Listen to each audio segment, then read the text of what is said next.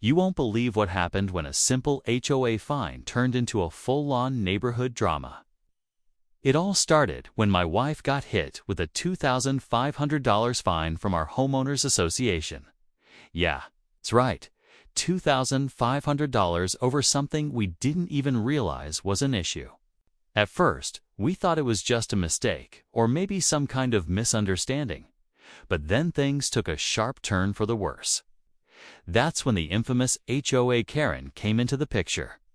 She wasn't just upset, she went straight to calling the cops on my wife over this fine that honestly felt way out of control. Now, this isn't just your typical HOA dispute. There's a lot more beneath the surface, and what makes it even crazier is something we didn't see coming at all.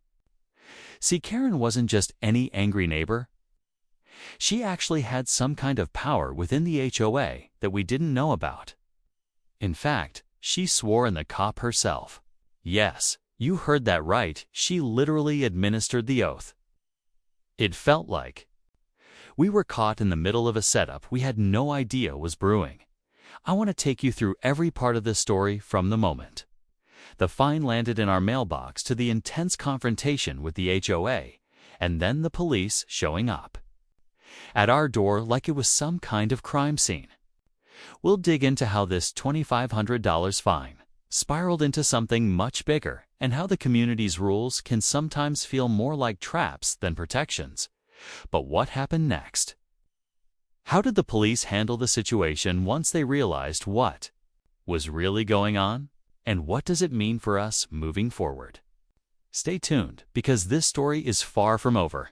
The next part will reveal even more twists you won't want to miss, to really understand how things got so out of hand. I need to take you back a bit.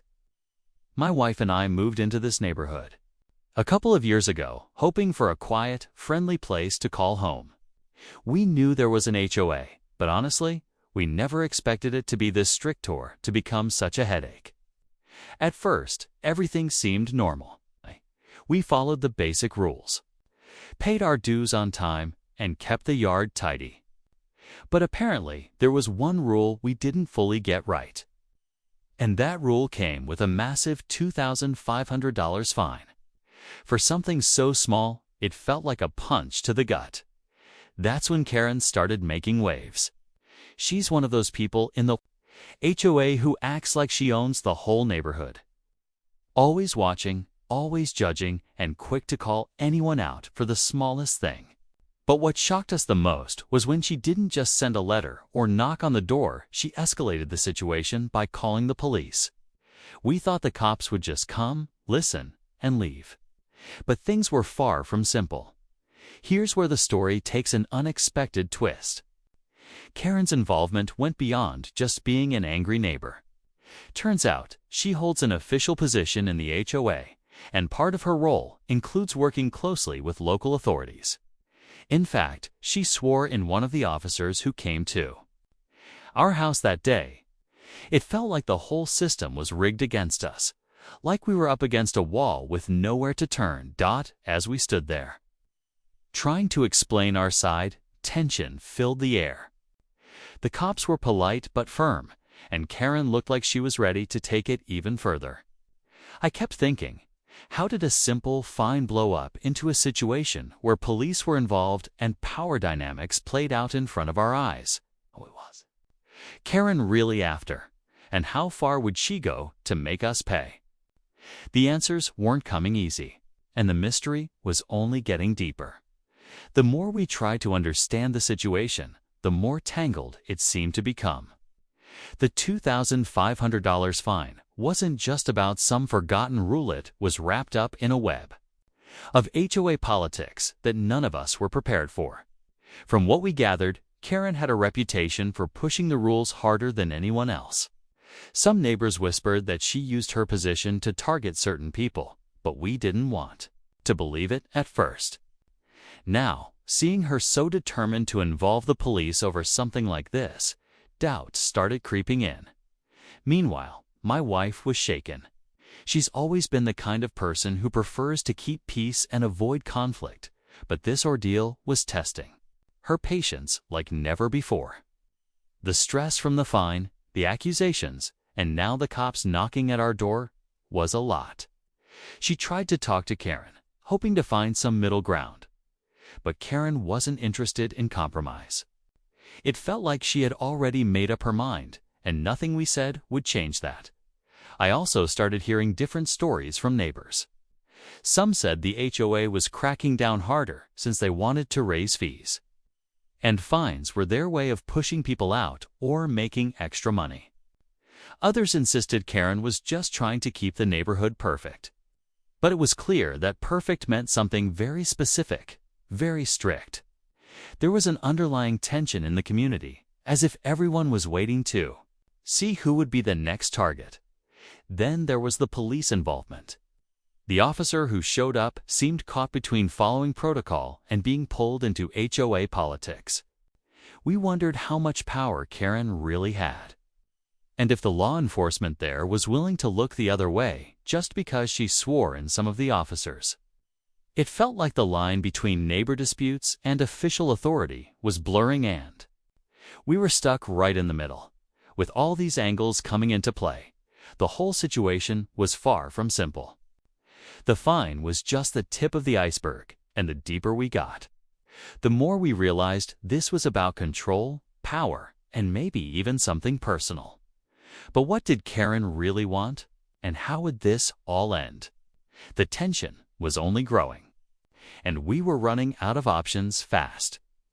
Days went by, and the pressure didn't let up. Every time we thought things might calm down, Karen found a new way to escalate. She sent more official letters demanding payment and threatening further action. It felt like she was building a case against us, and the $2,500 fine was just the beginning. My wife and I started to feel trapped in a situation that kept tightening around us. Like no matter what we did, it wasn't enough. Then came the moment that really pushed everything to the edge. One afternoon, without warning, Karen showed up at our front door again, this time with another officer by her side. It wasn't just a casual visit. There was an air of authority and accusation that made it clear she was determined to make us pay. The officer didn't just stand by quietly. He seemed to back Karen up, almost like they were partners in this fight. My wife, already on edge, stood her ground. But the tension in the air was thick enough to cut through. Rumors started swirling in the neighborhood, too. People were talking about how Karen had swayed some of the HOA board members and local officials, making it harder for anyone to oppose her.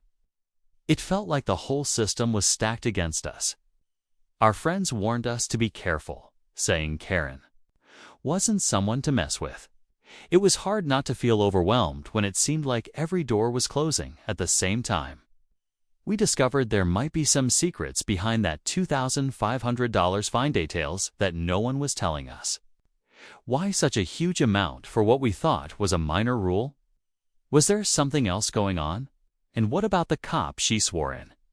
What kind of influence did that give her over the police who came to our door? The weight of it all settled heavily on us. We were caught between an HOA Karen who wouldn't back down, police who seemed caught in the middle, and a fine that felt more like a punishment than a simple fee. The next confrontation was coming, and we had no idea how it would play out, but one thing was certain. Things were about to get a lot more intense, just when we thought things couldn't get any worse. Another twist threw us completely off guard. Late one evening, we received an unexpected call from the HOA board, not from Karen, but someone else this time. They claimed there had been a mix-up with the fine, and that the $2,500 wasn't actually for us. My heart raced.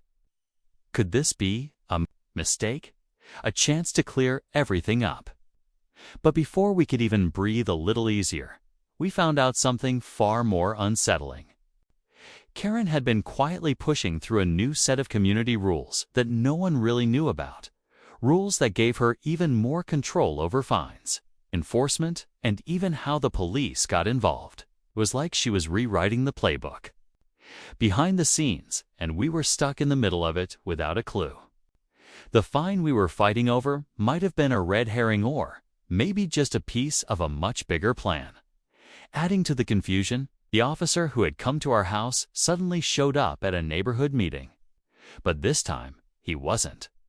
There to keep the peace, he was openly siding with Karen, defending her decisions and even questioning us in front of other residents.